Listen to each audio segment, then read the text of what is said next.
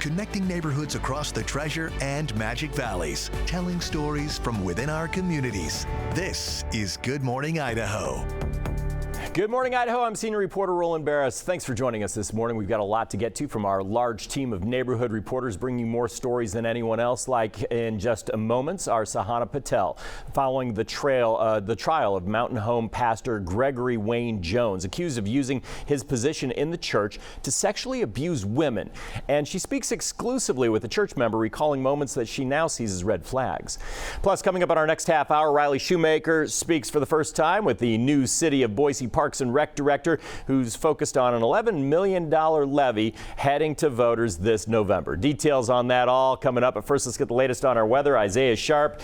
You know, it is playoff baseball season, but it feels like the middle of summer. Oh, yeah, with the temperatures feeling like they are, you'd think the October fall ball, the temperatures would be matching that. But, man, it's feeling like the dog days of August with the temperatures we're seeing. Currently sitting into those mid-50s. We got some light wind on top of that, too. Next week, it's going to feel more like October ball. But today and tomorrow, conditions are looking really great. Up to this point, the warmest we've seen since midnight, sitting into those 60s. Still got those cool temperatures into those mountain ranges, 35 degrees over in Stanley. But the temperatures are going to be looking amazing, as we've got a warming trend that's going to be on the way, a high pressure ridge keeping things nice and toasty, I would say, which is strange enough to say in the month of October. But the cooler weather is set to roll on in. So stick around for my main forecast. We'll talk about this low pressure system as it's going to roll on in to the continental U.S., dropping those temperatures, and the fall-like conditions are set to return.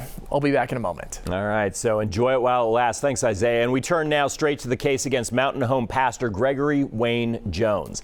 He is one of several local faith leaders facing serious sex crime charges right now. And our Mountain Home neighborhood reporter Sahana Patel sat down for an exclusive interview with a church volunteer now speaking out against Jones.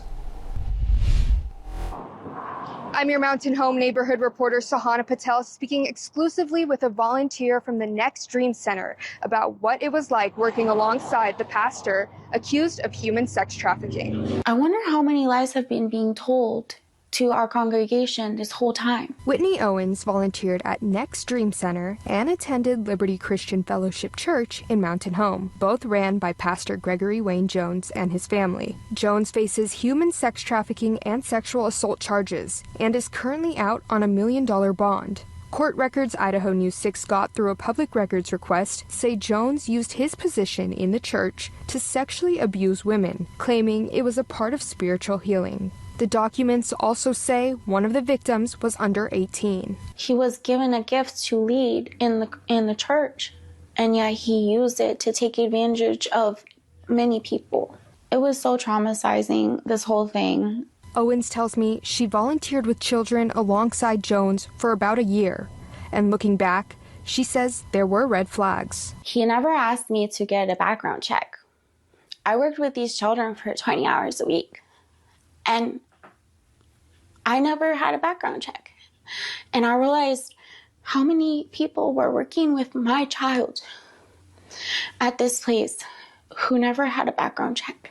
She also recalls moments during church services that didn't sit right with her. I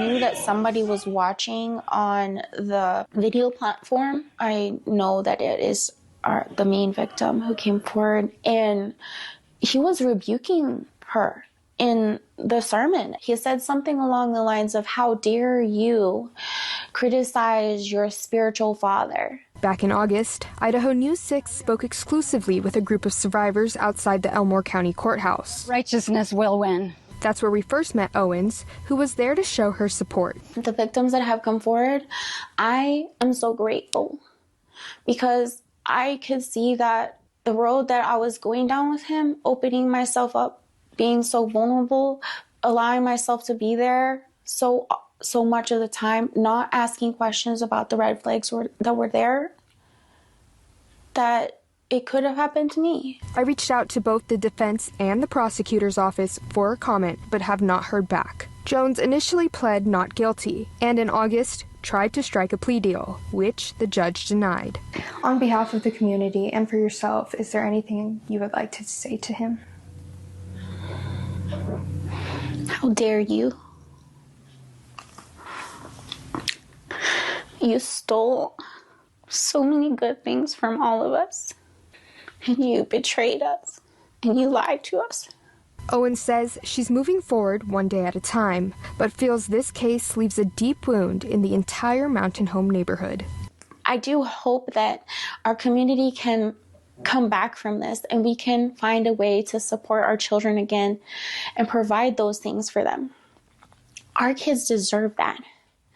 Jones is set to appear in Elmore County Court December 5th. I'm your Mountain Home neighborhood reporter Sahana Patel for Idaho News 6. A former high school football coach and PE teacher facing a felony charge of sexual abuse of a child under 16 will remain out on bond as he awaits trial. But his wife may no longer run a snow cone stand out of their home. A Canyon County judge made that decision yesterday. Prosecutors had asked the judge to revoke Kip Croft's bond, alleging he violated a 500-foot no-contact order when a friend of his wife brought her children to their house. But the children's mother says her kids did not see Croft. The judge finding the 59-year-old did not willfully violate his no-contact order. As we reported, Croft was working at Caldwell High School when prosecutors allege he inappropriately touched himself in front of a 14-year-old. He's due back in court October 20th. An overnight closure to be aware of on I-84 in Nampa. Tonight from 10 to 5 a.m., all westbound lanes will close under the Karcher interchange. Drivers will need to exit at the north side interchange to detour. Just look for the signs. Crews will use the time to stripe the lanes on the interstate as part of the larger Karcher interchange project. As winter grows closer, roads and bike trails get darker sooner. I'm your neighborhood reporter Brady Caskey, and it's pretty easy to see me on a bike before sunset, but after is a bit trickier, which is why ACHD is encouraging people to ride bright. Throughout the fall, winter, and early spring months, I'll definitely spend a lot of time riding at night. Jesse Lawson commutes close to 10 miles to work on his bike every day and often finds himself in the dark. On my main commuter, I have like extra lights to make it like extra flashy, and I've noticed that cars give me a lot more room the more lit up I am. He tells me he bikes year-round, even in the dead of winter, and makes sure he can be seen easily by drivers. You know, I see a lot of cyclists out with sort of dim lights that can't really be seen, or no lights at all, which is, terrifying to me. ACHD is working to solve that very problem by giving out free bike lights to bikers. It's always great to have more lights. That's kind of my rule, is you can never have too many. Jaime Del Barrio with ACHD says they're all about people commuting to work on bikes, but understands that darkness can bring danger. We want to help promote safety as the hours shift and it gets darker a little bit sooner. We want to make sure that you're seen and safe while riding to and from work. Some bikers like Steve White are used to dealing with the seasonal darkness. Over the last probably 10 or 15 years, I've been a regular bike commuter. He wears a high visibility helmet and a light up sash when riding. In terms of visibility, especially when the days get shorter, it's really critical to have a reliable headlight and tail light. And even though Steve is hard to miss, he says safety isn't prioritized enough. Sometimes safety is underrated. I don't think people pay much attention to it until something bad happens. ACHD recommends plenty of bike lights and high visibility clothing so that cars can see you, especially in the early morning and at night. Reporting in Boise, I'm Brady Caskey for Idaho News 6. Hey, great news for those looking to enjoy fall in the Stanley and Sawtooths area. Highway 21 north of Grand Jean has reopened. As we reported, the roadway was completely closed last week, so crews could install culverts and repair the roadway. Take a look at this before and after picture shared by ITD, and you can see the damage that was caused by washouts after a mudslide in the Wapiti Fire burn scar. It plugged a culvert there, and our Isaiah Sharp traveled up to the site last week to detail the work, and you can find his full story on idahonews6.com. After the break, troops in Chicago and outrage on the ground as this morning 500 National Guard members have been deployed by President Trump despite fierce pushback from local leaders and residents. And we're back on a Thursday morning. It's 12 minutes past the hour. Let's take a look at your national headlines this morning. A lot to talk about. Overnight, a breakthrough in Gaza to tell you about. Palestinians celebrating overnight after Israel and Hamas agreed to a first phase of a peace plan. Now, President Donald Trump says the deal involves Hamas releasing hostages, which is expected to begin on Monday. It also involves Israel suspending fighting and withdrawing troops to an agreed-upon line. Many point out, however, the work certainly is not done. This is stage one. Netanyahu has said that Israel will not end the war unless Hamas disarms, and that's a condition that Hamas has firmly rejected. Neither side has mentioned disarmament since peace talks began, and even if the agreement leads to a ceasefire, rebuilding Gaza, of course, as we've seen the pictures, will be a huge challenge. In the meantime, much-needed humanitarian aid will now be allowed into Gaza. Senate Republicans have blocked Democratic efforts to limit President Trump's military strikes on drug cartels. The vote fell mostly along party lines late Wednesday, with 2 Republicans joining Democrats. Trump's administration says it has destroyed 4 vessels and killed at least 21 people in Caribbean strikes. Democrats argue the strikes violate U.S. and international law, while some Republicans are calling for more information on the White House's legal justification. And National Guard troops are now protecting federal property, at least in Chicago, and assisting law enforcement in Memphis, Tennessee. 200 Texas Guard troops are working in the Chicago area to protect ICE buildings and other federal facilities. Another 300 Illinois troops have also been activated for 60 days. Democratic leaders are fighting the deployment, meanwhile, in court, with a hearing set for today, and hundreds of protesters marched in Chicago overnight. City and state leadership fighting back as well, calling the move authoritarian. ABC's Nicole D'Antonio has the latest. 500 National Guard troops are on the ground in the Chicago area, tasked with protecting federal facilities on the order of President Trump. It comes despite fierce opposition from local leaders and residents who took to the streets in protest overnight. I can't believe I have to say troop movements in a city in the United States, but that is what we're talking about. Illinois' governor, attorney general, and Chicago's mayor have all called Trump's move unconstitutional. Trump taking to social media in response, writing, quote, "Chicago mayor should be in jail for failing to protect ICE officers." Governor Pritzker also. The governor firing back. He's demented, literally, unhinged. And this is somebody who's so insecure that he lashes out pretending that he can come arrest people for no reason at all. One judge who will weigh in on the legality of the Chicago deployment later today, telling the administration earlier this week, "If I was the government, I would strongly consider taking a pause on this." Despite the warning, Trump pushed ahead with the deployment and threatened to invoke the Insurrection Act, which was last used during the LA riots in the 90s. If I had to enact it, I'd do that. If people were being killed and courts were holding us up, or governors or mayors were holding us up, sure, I'd do that. For now, the Guardsmen are expected to provide additional security at the Broadview ICE Processing Center, where alleged inhumane conditions have sparked protest. And Trump has also tried to deploy Guardsmen in Portland against Oregon's wishes. Later today, judges there and in Illinois are expected to decide if the troops can stay. Nicole D'Antonio, ABC News, Washington. The story of today and at least tomorrow is expecting warm conditions in southern Idaho. Good news for us, but you can see hanging off of the coastline, cooler weather on the way. Stay tuned. My forecast is in a few. Now, Isaiah Sharp with the Idaho News 6 forecast. Well, we've had some fall-like conditions to start out the month of October, but to close out this week, almost feeling summer-like. Take a look at some of the highs that are forecasted for today. 87 in Glens Ferry. Yeah, it's October, folks, and we're almost seeing 90-degree temperatures in southern Idaho. 82 over in the Boise region. Mountain ranges are running a little bit cooler, which is normal this time of year, but still, everybody trending a little bit warmer than what we usually see. Heading into tomorrow, these temperatures are going to follow us as well. So if you're looking to make some plans outside, I'd say today and tomorrow you might want to have those afternoon walks set up, because very soon after that we've got a low pressure system that is going to be changing things. Yes, hanging off of the coastline, a lot of rain is going to be on the way for parts of Oregon, and the cooler weather is set to roll on in, dropping those temperatures for us. We're talking about potentially a 20-degree drop between just a few days. We're expecting those upper 80s for some parts and then into those 60s and 50s as we head into this weekend. So unfortunately, on our days off, we're not expecting the best conditions. Take a look at Saturday afternoon as we've got a lot of rain on the way for eastern Idaho. And yes, your eyes are not deceiving you. Take a look into those mountain ranges. Light flakes of blue mixed in there. The higher elevations are expecting a little bit of snow on the way. We are expecting a couple of showers to pass on through the Boise region too going into Sunday. Just prepare for that.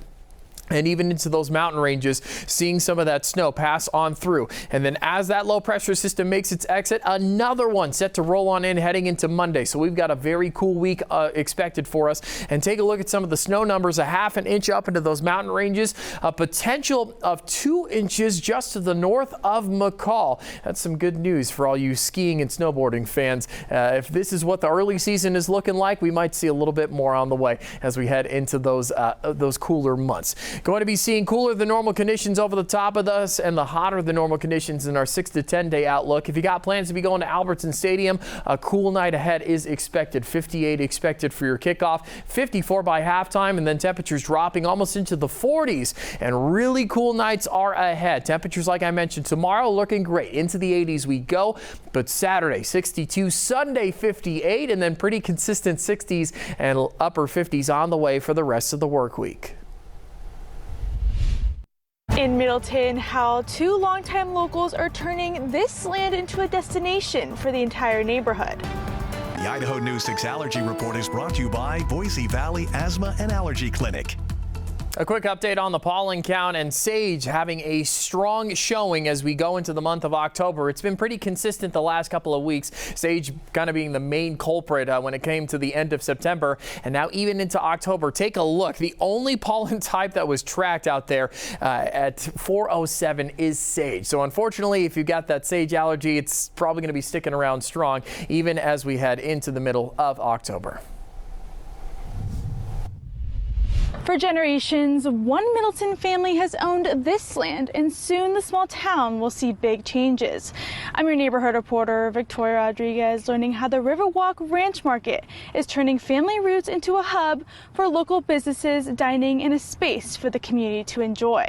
The family's had this ground since before Idaho was a state. Matthew Watkins and his family have deep roots in Middleton. My great-grandfather bought the property in 1888. But when they had the opportunity to sell, they wanted to make sure the future plans would preserve their legacy and keep Middleton's small-town character alive. Now they are finalizing plans for what will be known as Riverwalk Ranch Market. The biggest hopes for this project is seeing something that really sprouts up, that gives the community a place that they want to go to. Watkins is pairing up with local developer Tyler Hess to bring the vision to life. It's actually a community, so it'll be like its own little place where you have different restaurants, steakhouses coming in, salons. Individual owners can have the opportunity to have their own place. So we'll give the opportunity for hopefully local restaurants, people looking to expand. The team tells me they've worked closely with the city to ensure the project grows responsibly. Hess says they plan to begin building at the start of the new year, with road construction beginning next month. Reporting in Middleton, I'm your Canyon County neighborhood reporter, Victoria Rodriguez for Idaho News 6. All right, it is 6:24 on a Thursday. Thanks for joining us on Good Morning Idaho. Hope you're off to a great start, everyone, and we've got a lot more in store for you in our last half hour. Here's what's still to come from your neighborhood reporters. I'm downtown Boise neighborhood reporter Riley Shoemaker speaking with Boise's new Parks and Rec director about the $11 million levy that aims to continue Boise's legacy of connecting every neighborhood to the outdoors. In West Boise, as irrigation season comes to an end, what you need to do now in order to prevent costly damage come spring. Connecting neighborhoods across the Treasure and Magic Valleys, telling stories from within our communities. This is Good Morning Idaho. Welcome back to Good Morning Idaho, into our last half hour, everyone. I'm senior reporter Roland Barris. A lot to get to in this half hour from our large team of neighborhood reporters. Like coming up this morning, as irrigation season comes to an end, Isaiah Sharp breaks down what you need to know in order to avoid costly repairs next spring. Plus, a unique use for roadkill. Our Don Nelson highlights a man collecting deer carcasses to be turned into dog treats and talks with Idaho Fish and Game about safe salvaging practices, if you're into that. All right, first though. Let's get the latest on our weather. And Isaiah joins us. Hey, it's great tennis weather, isn't it? Oh, for sure. I'm ready for it. I mean, today and tomorrow, honestly, if you're looking at any outdoor activity, including pickleball as well, it's going to be phenomenal. Temperatures currently sitting into those 50s, but we're going to be rising into the 80s, and some areas might even touch 90 degrees. We'll talk about that coming up in a few moments. We got some light wind passing on through the area, and we are expecting the windy conditions to continue on. I'll show you that weather pattern that's causing that in just a second. But temperatures, the warmest we've seen, 60 degrees since midnight. Nice and cool up into those mountain ranges. More fall-like conditions, I would say, closer to the Stanley region. But the weather is going to be nice and warm for us, which is some great news for the forecast. Cool weather just to the west of us, and then we got a high-pressure ridge that's going to be drawing in a little bit of wind, too. So, yes, as warm as it's going to be, breezy conditions are on the way.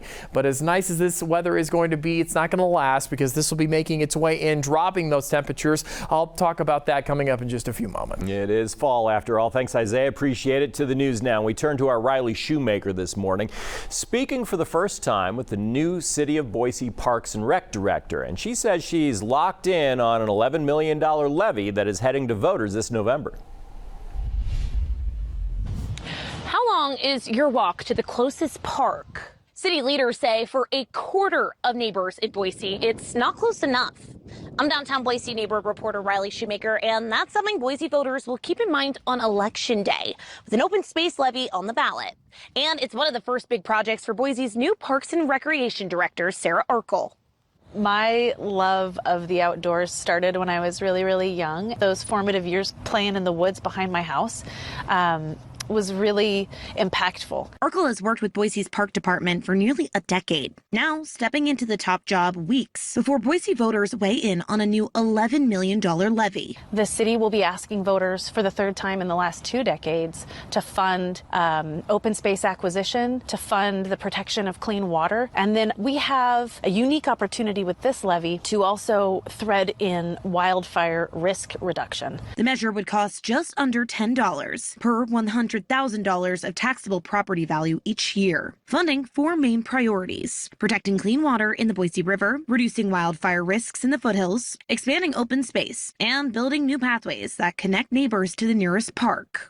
I want to make good on that promise to the 25% of this city that does not have the ability to access a park within 10 minutes. And for Boiseans, there's no denying parks are a major perk. I think it's really important to be outside and be in nature, and it helps people a lot, so I am for it. Previous levies passed in 2001 and 2015 helped protect more than 12,000 acres of foothills and open space, including popular lands in Hulls Gulch, Military Reserve, and Table Rock. And for Urkel, it's about keeping Boise's outdoor spirit thriving. I want people to be able to visit our facilities and come away just vibrant, happy, and filled with positive feelings about not just the community, but the places that this city is managing on behalf of the community.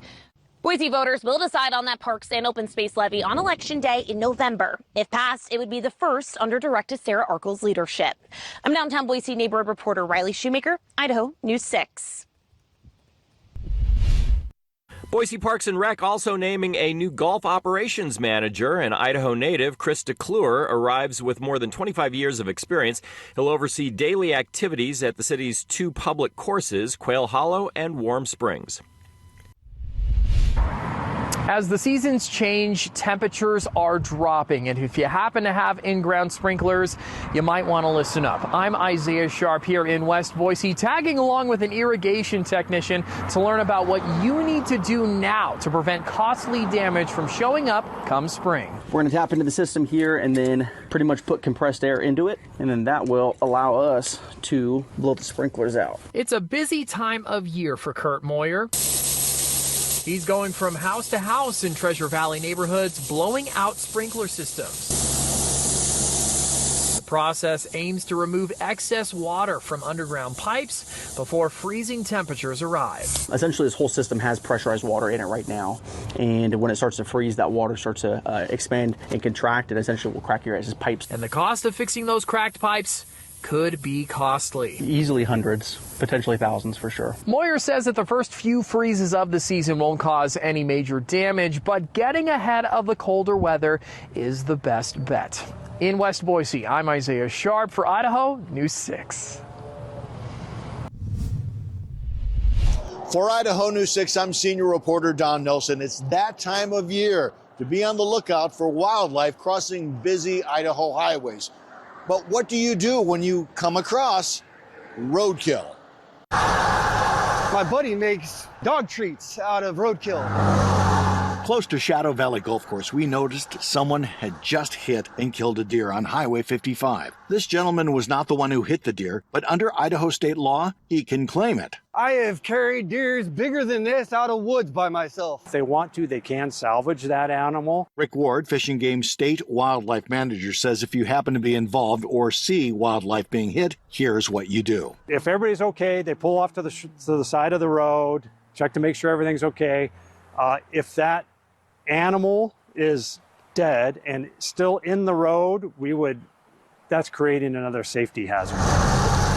When I arrived, this deer was already out of the roadway, but an Ada County Sheriff's deputy stopped by just to make sure. He told me drivers should call the non-emergency dispatch if the carcass is still in the roadway. From there, you need to file a report with Fish and Game. Me personally, I filled out a salvage report off of IDFG's website, which is Idaho Department of Fish and Game. And I just filled out the salvage report with the sex and the time of day and everything like that. And yeah, I'm allowed to come out here and collect it. Another driver stopped and helped him put the roadkill in his Jeep. With deer season opening this weekend, Ward says Fish and Game will have stations for hunters to check for chronic wasting disease, or CWD. The stations are for harvested animals and roadkill. It's great to get CWD samples from roadkill animals because we know that their CWD animals are actually more susceptible to roadkill just because of the condition they're in. You can check Fish and Game's website for checkpoint locations. Reporting along Highway 55 in Ada County, I'm senior reporter Don Nelson, Idaho News 6. I'm neighborhood reporter Allie Tripke here at Expo Idaho, where behind me construction continues on Athletic Club Boise's soccer stadium. As the team prepares for its inaugural season in March, the organization is naming new leadership and giving fans a glimpse at what's ahead. The grandstands at Expo Idaho are starting to glow green as kickoff for Idaho's first ever pro soccer season inches closer. You can see that they've leveled the pitch already. The drainage trench is done, and now they're putting in the electrical trench all the way around the pitch. Since the club's name reveal back in June, crews have been busy at the Old Les Bois Park, putting a fresh coat of paint on the bleachers, installing irrigation for the field, and remodeling the turf club into premium seating, hoping to score big with fans at soccer matches and more. To start off, our concert stage will actually be all the way on the east side, center. With the new digs comes a new lineup addition off the field. Hi everyone, I'm Sophia Huerta, and I'm your newest member of the ownership group of Athletic Club Boise. I am so excited. Huerta, a Boise native and National Women's Soccer League star, is making what she calls a full circle play, joining Idaho's first pro soccer club as part of the ownership team. So when I heard that the USL was coming to Boise, I was very excited to be involved because it was really a way for me to give back to the community who has given me so much. The Seattle Reign defender, who currently holds the league record for career assists, said she's the one who got the ownership ball rolling, hoping to inspire the next generation of Idaho soccer players. I wish I would have had professional soccer in Boise when I was growing up. I think it's so important for the community and for the young players to be able to have professional soccer in their backyard, and very excited for March 2026. Athletic Club Boise tells me they expect to name a head coach in the next few weeks, and fans can expect their jerseys to be revealed in early December. At Expo Idaho, I'm neighborhood reporter Allie Tripke for Idaho News 6. Baseball playoffs are heating up and the Yankees are sent packing. The Bronx Bombers lost to Toronto last night 5-2. Meanwhile, my Chicago Cubbies hanging onto a thread of hope against the Brewers, taking Game 3 in Chicago last night in a squeaker 4-3. They trail 2-1. And they play a do-or-die game tonight in Chicago at 7 p.m. The Phillies, they're still alive after pounding the Dodgers last night 8-2. Game 4 is tonight at 4. And finally, the Seattle Mariners and the Detroit Tigers, they're all tied up after a 9-3 win last night by the Tigers. The deciding game is tomorrow night at 6. Wow, look at the weather everywhere for baseball. It's just gorgeous out there. Big games tonight. All right, it's 6:38. Everyone, let's take a look at what's happening today in your neighborhood. The city of Boise celebrating today the groundbreaking of Dorado Station Apartments, the latest affordable housing development from the city. The project will add 212 new affordable homes to Boise, serving residents earning well below the area median income. Several city leaders will be there to mark the occasion, including Mayor McLean, and that's from 2 to 3 p.m. An overnight closure to be aware of on I-84 in Nampa tonight, starting at 10 o'clock tonight and going until 5 in the morning. All westbound lanes will close under the Karcher interchange. Drivers will need to exit at the north side interchange to detour, and all you have to do is look for the signs. Crews will use the time to stripe the lanes on the interstate as part of the larger Karcher interchange project. And the brand new Spooky Light Show is going to be lighting up the Roaring Springs parking lot from 7:30 to 9:30 starting tonight. Each night through the 31st, the lot will glow with pumpkins, skeletons, ghosts, and much more. That all move in sync to your favorite Halloween hits. The drive-through experience lets you stay in the car, tune into a particular radio station, and ride along as the illuminated displays sing and dance to the tunes. Tickets are available online. In Eagle, meet the artists turning their work into a snapshot of a growing city, gaining national attention. As Eagle continues to grow, so does the Plein Air Festival, drawing nearly 100 artists from across the country. I'm your Eagle neighborhood reporter, Greenlee Clark, seeing how the festival is capturing Southwest Idaho's beauty and helping define the city's reputation as an arts destination. I do about 10 to 12 of these events a year around the country, and this is my top favorite one. This year, Eagle's Plein Air Festival is bigger than ever. What started with just over 30 artists in its first year has grown to 95, the most the festival has ever had. This is our 11th year celebrating the beauty of painting outdoors and really attracting people from all over the United States to come to southern Idaho to paint the outdoor landscape. As Eagle's population soars, so does interest in showcasing its scenery. Artists fan out across a 50-mile radius, finding inspiration from riverbanks to foothills. That's the beauty, I think, of this festival, that it attracts and it satisfies both hobby painters as well as professional. With daily demonstrations in Merrill Park, the event isn't just about artists. To bring in professional teaching artists to do a free demonstration every day between 11 and 1, so the community is welcome to come. Liz Hubbard came from Oregon after years of encouragement from her friend and mentor, Bonnie Griffith. She's been telling me for years what a great event this was, so I finally made it over, and it's fabulous. It wasn't just artists and spectators soaking in the scenery. Several dogs curled up near their owners, enjoying the weather while painters worked. It really puts Eagle on the map for being a center of art. And kind of the magic of this event is it turns painting into a spectator sport. For many, this festival is a reminder of what makes Eagle special, a place where growth hasn't outpaced the natural beauty. We still have the beauty of the state of Idaho to paint. All artwork is due by noon on Friday, October 10th, with an awards reception and public showing the same evening at 5 at Banbury Golf Club. I'm your Eagle neighborhood reporter, Greenlee Clark, for Idaho News 6. Love your neighborhood. Brought to you by ICCU. If you've ever been driving on Chinden Street in Garden City, you've passed by this large pink building and probably thought, what the hoopla? This week's Love Your Neighborhood is Hoopla, located in Garden City, a woman-led business. Here's a little bit more about it. I'm the owner of Hoopla. I started it in January of 2020, right before COVID hit. We do branded merch, like to keep it simple. We specialize in hard goods, meaning like if you want a water bottle or apparel, so it could be jackets, t-shirts, hats. And then our embroidery machine, and I was gonna show you guys, I'll do a hat for you. So it's kind of a fun job because I get to basically shop for people and find items that are going to be a good reflection of their brand, but also like items people want to keep instead of just throwing them away.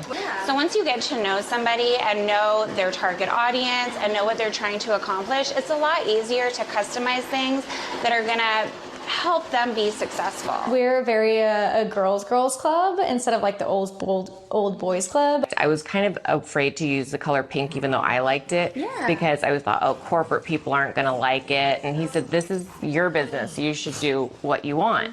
And so I did. And it's worked out really well because honestly, a lot of the people buying promotional products at big companies are women. Yeah. So I think they gravitate towards it. We're all women here, so they really love that as well. The Treasure Valley is super women supporting women. I feel like the networking is so genuine here and really wanting to support each other's businesses or professions, and I really appreciate that. And I think that's part of the reason we have been able to grow so quickly.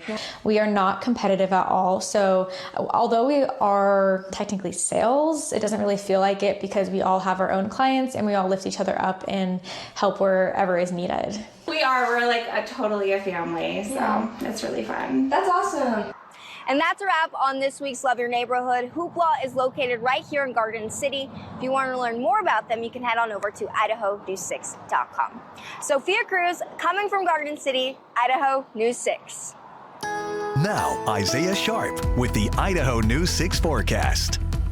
Temperatures today not so fall-like, almost dipping into the summer-like conditions. Take a look at Glens Ferry at 87 degrees, almost getting close to 90. Impressive to see that as we start the month of October. A couple of 70s into those mountain ranges. Usually these temperatures should be rolling along the I-84 corridor, but hey, today and tomorrow, let's enjoy the nice conditions while they last because they aren't set to last for long. Very quickly after today and going into Friday, Saturday is going to be a whole different story as this low pressure system that's hanging off of the coastline now is going to make its way into the continental U.S. You can see all of the rain that is being produced by this over the Eugene area, over Medford. Wairika is receiving it too. A lot of the Pacific Northwest going to be receiving rain as this continues to travel across Oregon and Washington and makes its way closer to Idaho. A lot of rain expected for the eastern part of the state. And yes, your eyes do not deceive you. Snow up into the mountain ranges for some of those higher elevations. The cooler weather mixed with that precipitation,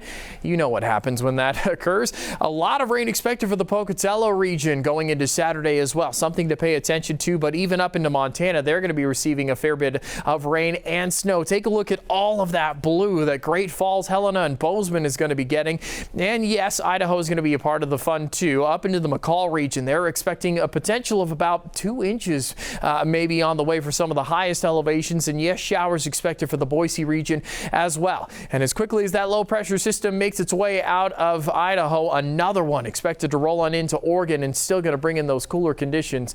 And so yeah, cool weather on the way. And you can see those the snow outlook in our future cast, about a half an inch just to the north of Ketchum, just to the north of Cascade, a half an inch, and then close to McCall, like I mentioned, close to 2 inches expected for them. So the cooler normal conditions are going to be raining over the top of us, and the hotter than normal sticking to the east. We're not expecting any warm conditions except for today and tomorrow. So like I mentioned, get out and get those plans ready to go because the nice 80-degree weather that we're going to see today is not going to be lasting for too much longer. The weekend's going to roll on in, dropping those temperatures. So if you got plans to be at the Boise State game on Saturday, the jacket and jeans is going to be needed. 58 on the way for kickoff, 54 expected around halftime, and then those temperatures dipping into those low 50s, almost 40s by the time your drive home happens. And yes, the cooler weather is on the way across the board. 60s on Saturday, 58 by Sunday. And then pretty consistent 60s after that. Chances of showers on Tuesday and Wednesday as well. So enjoy the 80s today and tomorrow. Not going to be lasting for long. Let's get to your traffic. The Idaho News 6 traffic report is brought to you by Champion Windows. And a beautiful shot as always with the Grove Tower cam. Sun's still waiting to come up, but we're going to have a nice, beautiful day on the way. A fair bit of traffic out there, 56 minutes from Caldwell to Boise, and we're seeing a couple of buildups in two areas, closer to the Meridian area near Eagle Road. And then as you get into the Caldwell region around that Garrity Boulevard exit, it's dealing with a lot of buildup. So just be prepared for that if you're making your way eastbound. Westbound is looking a lot nicer, though. 16 minutes from downtown Boise to Meridian. Not a lot of activity out there, but your travel times from Caldwell to Garrity, 36 minutes. That's where most of the buildup is at. But as soon as you pass Garrity, things are looking clear. Only 10 minutes to get to Eagle, and then Eagle to downtown Boise sitting at 8.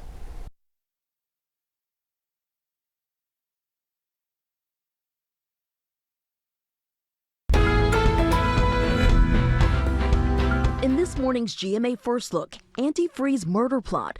33-year-old Kristen Hogan is due in court on an attempted murder charge, accusing her of trying to kill the father of her child by pouring antifreeze into his wine. The incident took place in their home in the wealthy Connecticut town of Ridgefield, where one night in August, the man woke up slurring his words, staggering and vomiting. Our neighbors had us all over, and we had a great day.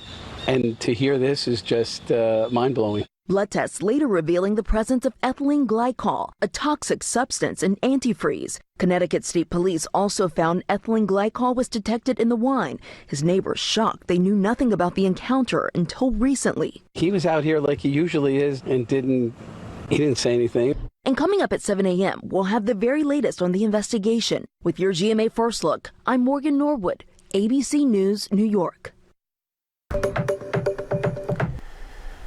Welcome back to Good Morning Idaho. It's 5 minutes before the hour, starting to wrap things up on this Thursday. Here are some of the stories that we've been following from our neighborhood reporters. A former church member speaks about a Mountain Home pastor accused of human sex trafficking. Whitney Owens volunteered at Next Dream Center and attended Liberty Christian Fellowship Church in Mountain Home, both ran by Pastor Gregory Wayne Jones and his family. Jones faces human sex trafficking and sexual assault charges and is currently out on $1 million bond. Owens tells me she volunteered with children alongside Jones for about a year. And looking back, she says there were red flags. She also recalls moments during church services that didn't sit right with her. Jones is set to appear in court December 5th. In Boise, we meet the new Parks and Rec leader as an $11 million levy heads to voters in November. The proposal would fund open space, wildfire prevention, clean water protection, and new pathways connecting neighborhoods to parks, continuing Boise's long legacy of keeping the outdoors accessible to everyone. Reporting along Highway 55 in Ada County near the Beacon Light intersection, I'm senior reporter Don Nelson. It is that time of year to be on the lookout for wildlife going across Idaho's highways and roads. But what happens if you see roadkill? What would you be willing to do? And of course, you can learn more about all these stories on our website. Just head to idahonews6.com. Now, the Out the Door forecast, brought to you by Pella Windows and Doors. And one more look at that forecast just before we close things up. Temperatures looking absolutely stunning today. Summer-like conditions expected for us, rising up into the 80s, 75 by 1 o'clock, and then temperatures getting up into that 80 range. But just be prepared. It'll last into tomorrow, but the weekend is looking a lot cooler. So just prepare for that. And let's get to your traffic. The Idaho News 6 traffic report is brought to you by Champion Windows. And a bit of a busy morning. Yes, eastbound or westbound traffic is looking fairly nice, but eastbound not so much. 56 minutes from Caldwell to downtown Boise, and a lot of that is close to that Garrity exit. So just prepare for it if you're traveling from Caldwell. Things looking a lot better the other direction. 16 minutes from downtown Boise to Meridian. But yeah, the travel times between Caldwell to Garrity, that's going to be the longest, 36 minutes. But as soon as you get past that, things are looking nice and clear. 10 minutes from Garrity to Eagle, and Eagle to downtown Boise sitting at 7 minutes. Roland, you brought up temperatures feeling almost summer-like, the dog days of August almost. It's baseball season. Doesn't feel like it temperature-wise, but the excitement certainly feels like baseball season. Yeah, it's certainly heating up. There's no question about that. And you're a big Seattle fan. I'm a big Cubs fan. Exactly. We've got some skin in the game, but this is a very new thing for me because during my lifetime, the Mariners not been very successful. Your Cubs won a World Series not too long ago. Yeah, not so long ago in my lifetime, so that's cool. And I'm glad my dad was able to see see that as well. But there's some great teams out there. The Bronx Bombers are out of it, though. Oh, thank goodness. Yankees lose. That's all that matters. That's all we're talking about this morning. So thanks for joining us, everyone. We'll see you tomorrow.